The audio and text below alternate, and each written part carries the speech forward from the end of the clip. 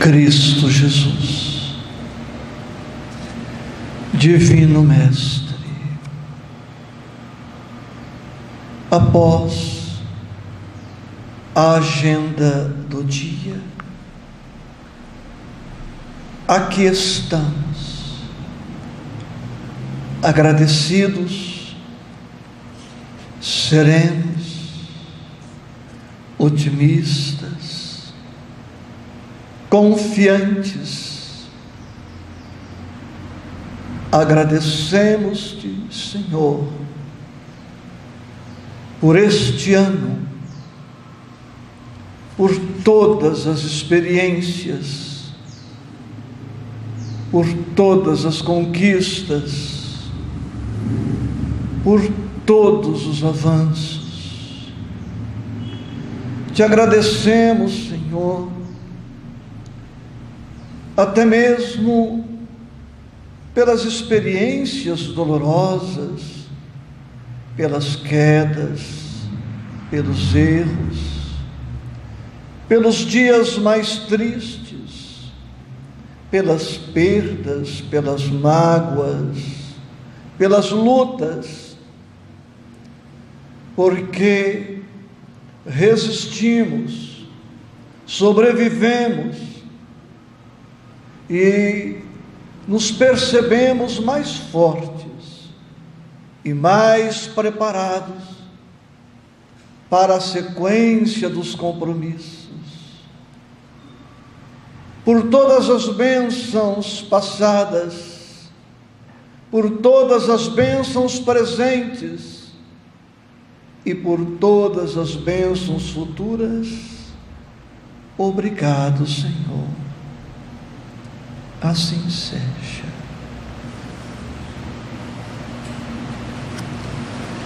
Queridos, falemos com simplicidade, mas sempre com amor. Estamos a 5 dias do Natal. Não nos estenderemos neste tópico, mas gostaria de dizer que Jesus não nasceu dia 25 de dezembro. Esta data é uma convenção humana. Noutra oportunidade, até trarei as razões pelas quais os teólogos e os pais da igreja primitiva deliberaram para que o Natal de Jesus fosse comemorado no dia 25 de dezembro. Há razões religiosas, filosóficas e políticas para a escolha desta data. Mas o que eu quero trazer para nós nesta noite é isto: Jesus veio, e como estamos em um centro espírita, necessariamente cristão, fica esta pergunta para os nossos estudos da noite: o que Jesus veio fazer na terra? Qual a razão de o governador, o organizador, o administrador maior do planeta ter vindo pessoalmente? Com certeza, uma legião de seres angélicos se sentiria honrada e feliz em vir no lugar do Mestre. Muitos espíritos superiores, repetindo, ficariam sumamente honrados. Bastaria um leve aceno do Mestre, um leve apelo, uma leve sugestão, um pedido breve, e milhões de espíritos cristificados disputariam a honra de vir à Terra no lugar do Mestre, porque a vinda do Senhor impunha para ele muita renúncia, muito sacrifício. Ele estava pronto para isto, mas seria, como de fato foi, extremamente sacrificial e impôs-lhe grandes renúncias. Nesta noite, de maneira assim, espontânea, natural, quero responder a esta pergunta: o que o Cristo veio fazer pessoalmente? Da seguinte maneira: ele veio à Terra trazer, ou fundar, ou inaugurar o reino de Deus. Todos nós conhecemos a mais famosa, a mais bela, a mais completa, a mais formosa prece, a oração dominical. Dominical, que vem de domínio, ou a oração do Senhor, conhecida como Pai Nosso, elaborada pelo Cristo, como consta dos Evangelhos. E nesta oração, o Cristo inseriu esta sentença: venha a nós o teu reino, ou, na segunda pessoa do plural, o vosso reino. Venha a nós o teu reino, ou venha a nós o vosso reino. Notemos que o Cristo, dirigindo-se ao Pai, na sua oração, pede ao Pai que o reino dele venha. Desde então, nestes 2 milênios, aqueles que despertaram para o Cristo, aqueles que despertaram para o amor ao Cristo, aqueles que se deixaram tocar pelo Cristo e pelo Evangelho, aqueles que entenderam a mensagem e a proposta do Mestre, passaram tão bem com sacrifício, tão bem com renúncia, tão bem com amor, tão bem com humildade, a trabalhar para o advento do reino. E se hoje, nesta noite, quase que às vésperas do Natal, estamos a falar do reino, é porque este reino ainda não se instalou de maneira plena e definitiva em todos os corações, em todas as vidas. Mas em que consiste este reino? Em que consiste este reino?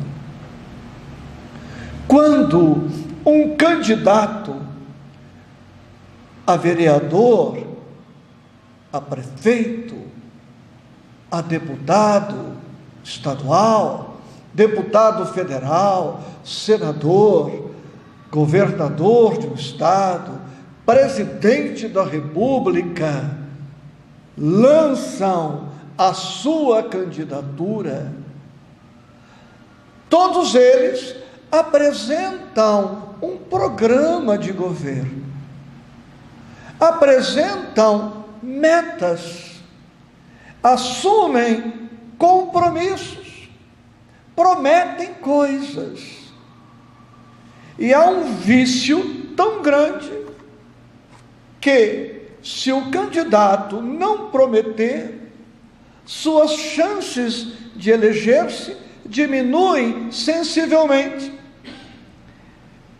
E a tendência é não votar em quem não promete. Um vício de candidato e de eleitor ou eleitores. O Cristo, não com os objetivos dos políticos humanos, não com as mentiras de alguns candidatos humanos. O Cristo também lastreia, também baseia o seu reino, ou o reino de Deus, num programa. O Cristo tem um programa de governo, tem um programa de metas, tem um programa. E este programa do Cristo, que é, em verdade, programa de Deus para a terra, se baseia em dois princípios básicos, a saber, justiça e amor. Justiça e amor.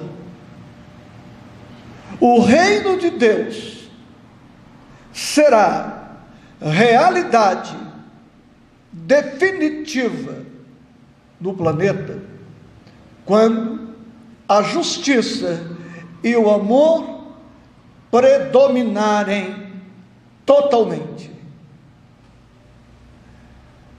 Pelas injustiças que há no mundo, pelo desamor que há no mundo, pela preponderância, pois, do egoísmo, do orgulho, da ambição, da prepotência, da exploração, da escravidão, da opressão, podemos perceber quão distantes estamos do reino de Deus sobre a terra. Quando o reino de Deus se instalar efetivamente na terra, nunca mais desemprego,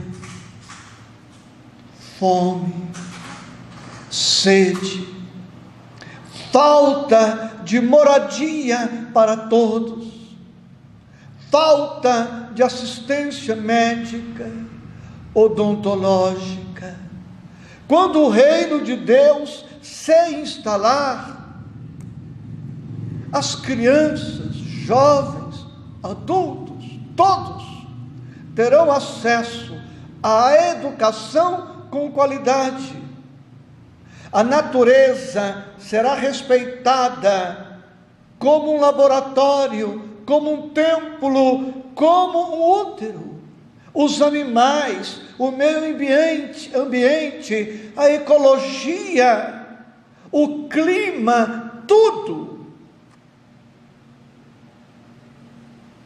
será diferente, passará por transformações radicais e definitivas.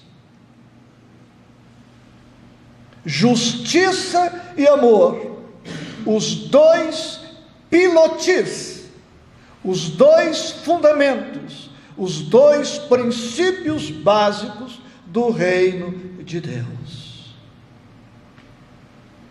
E nós, os cristãos, os espíritas incluídos, temos um compromisso com o Cristo, e temos um compromisso com este programa que envolve estes dois princípios, amor e justiça.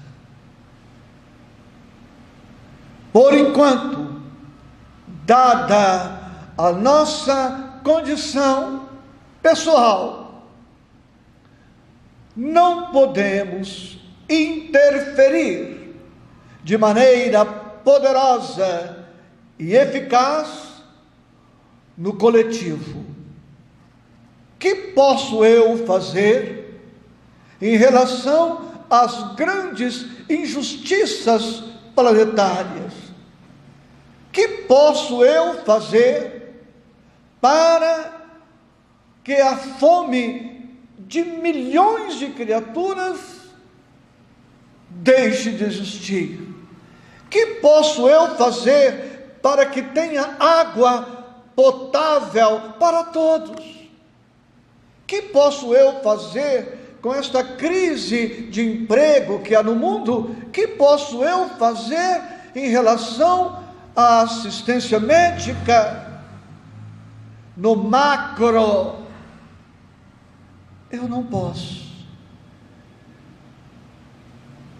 Não posso.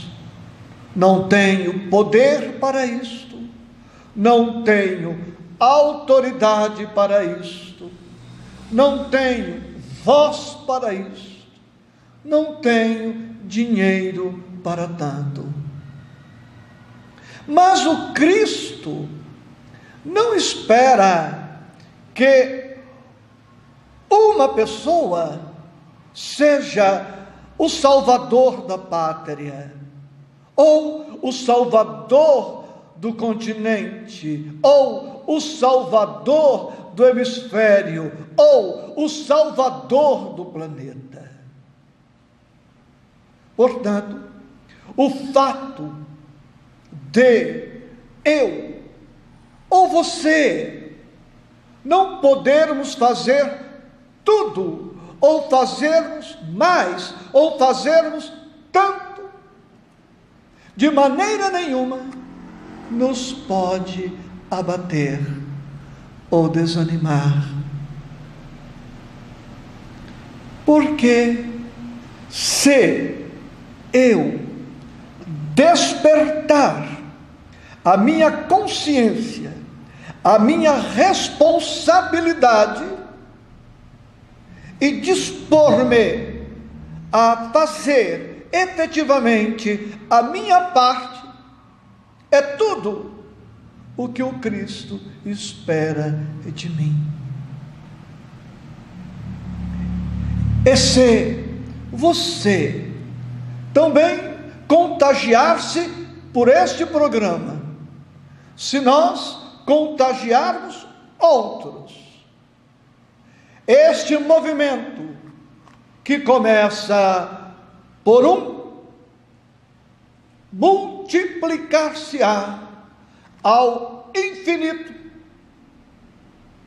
e nós chegaremos na meta do Cristo, que é a instauração do reino de Deus na terra. 1 milhão de pequenos fenômenos da natureza, 1 milhão de ventos fortes, pode fazer mais do que um terremoto, para dar um exemplo. E no capítulo 1 do Evangelho segundo o Espiritismo, há um apelo a que façamos a nossa parte. O texto diz mais ou menos assim: que a expressão somos pequenos careça para vós de significação. Milhões de animalculos podem dar vida a um continente. Não é difícil explicar, não é difícil entender. Bilhões, trilhões de grãos de areia formam uma montanha. A montanha é formada de minúsculos grãos de areia que somados, que associados, formam a grande montanha. Assim será nos movimentos sociais, assim será nos movimentos espirituais. Se desejarmos aderir a passeatas, a movimentos midiáticos, em que a mídia dá destaque, se quisermos sair à rua com as nossas bandeiras, façamo-lo. Mas a transformação do mundo não necessita desta algaravia, deste estardalhaço, embora eles também possam contribuir para o despertar, pelo menos da atenção das pessoas para as necessidades mundiais. Mas o reino de Deus, disse o Cristo, começa dentro de nós. O reino de Deus começa dentro de nós. Isto quer dizer que a justiça começa dentro de nós. Eu preciso meditar na justiça. Eu preciso perceber em que ponto, quando, onde e com quem sou injusto. O que posso fazer para adequar meus pensamentos, meus sentimentos, minhas palavras, meus gestos, meu comportamento à justiça? Um exemplo singelo. Ontem fiz palestra em Presidente Prudente.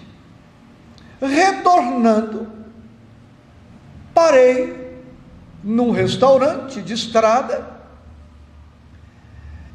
e comprei uma guloseima para mim. Não vou dizer qual, porque senão eu vou sugerir a você que faça a mesma coisa depois. Mas eu comprei lá algo que eu gosto, que custava R$ 4,50. Dei R$ 5 e a menina me devolveu R$ 1 de troco. O reino de Deus, justiça. Eu disse para ela: minha filha, há um engano da sua parte. O troco são 50 centavos e não R$ 1. Ela disse: eu não tenho a moeda de 50 centavos, por isso eu estou entregando R$1. Mas o reino então começa, eu não estou me exibindo, estou contando uma experiência singela. Mas enquanto nós bancarmos os espertos, os malandros, os oportunistas, porque o preço do produto estava muito apagado, e eu pensei, ela se enganou, é noite, está cansada, não leu bem, devolveu o troco errado. Eu não posso me comprometer por dinheiro nenhum, muito menos por 50 centavos. O reino de Deus começa por esses pequenos gestos. Ainda não é para me exibir, não entenda assim. Entro em banheiro, nem sempre limpo, às vezes papel pelo chão, pois eu pego 1, 2 toalhas limpas e recolho alguns papéis que estão úmidos no chão, papéis que eu não sei quem jogou, quando jogou, por que jogou. Eu faço a minha parte na limpeza do banheiro que eu não sujei. Justiça e amor. Se não é intuitivo o que eu vou dizer, não é lógico, quem não faz o menos, não faz o mais. Há uma mensagem que circula por aí, uma espécie de cartilha de boas maneiras. Abriu, feche. Acendeu, apague. Um exemplo aqui na nossa casa: alguém vai ao banheiro, encontra a luz apagada, sai e deixa a luz acesa. Ele não encontrou a luz acesa, apague-a, para que o reino de Deus se instaure na terra. Precisaremos de consciência nas mínimas coisas, porque se eu não fizer a minha parte, se não edificarmos a paz entre 2, 3 pessoas, entre um grupo afim, estamos numa casa espírita, somos espíritas ou cristãos, os que não são espíritas são simpatizantes, o que não é pouca coisa. Pois então, se não fizermos aqui a nossa parte, o reino de Deus tardará em chegar. Às vésperas do Natal, perguntemos: neste ano que se finda, o que fiz para que o reino de Deus vá se instalando gradualmente? Para o ano que se aproxima, que posso eu fazer para contribuir de maneira eficaz para que o reino de Deus esteja mais distante? Porque Jesus multiplicou pães e peixes? Porque quando o reino de Deus vier, ninguém mais terá fome. Eu não posso multiplicar pães e peixes para 5.000 homens, sem contar mulheres e crianças, mas eu posso dar alguma coisa. Neste Natal, que posso fazer pelo advento do Rei? Comer o necessário. Comer sem chegar ao extremo de precisar de medicação para digestão, comer ou beber ao ponto de não perturbar o sono. Tudo isto é trabalho para o reino. Que posso fazer neste Natal para o advento do reino? Eu posso colocar no prato só o que eu vou comer. Porque enquanto deixarmos comida no prato, num planeta em que a cada 4 segundos morre um de fome, não é Natal e não é Ano Novo, e o reino de Deus estará ainda muito distante.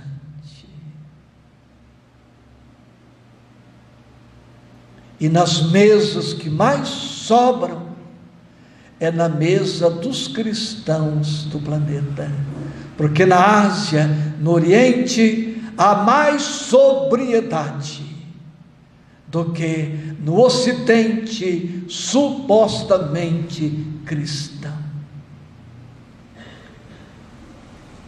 Que podemos fazer neste Natal?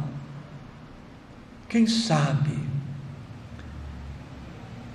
alguma coisa em favor de uma família que seja, uma visita, não precisa necessariamente ser no dia 25, porque todo dia é dia de Jesus, todo dia pode, deve, precisa ser Natal. Pensemos nisto e trabalhemos pelo advento do reino, para que possamos, com alegria, com paz, livres, dizer: Pai nosso, que estás nos céus, santificado seja o teu nome. E agora, com ênfase, venha a nós o teu reino. Seja feita a tua vontade na terra como nas regiões superiores. O pão nosso, o pão.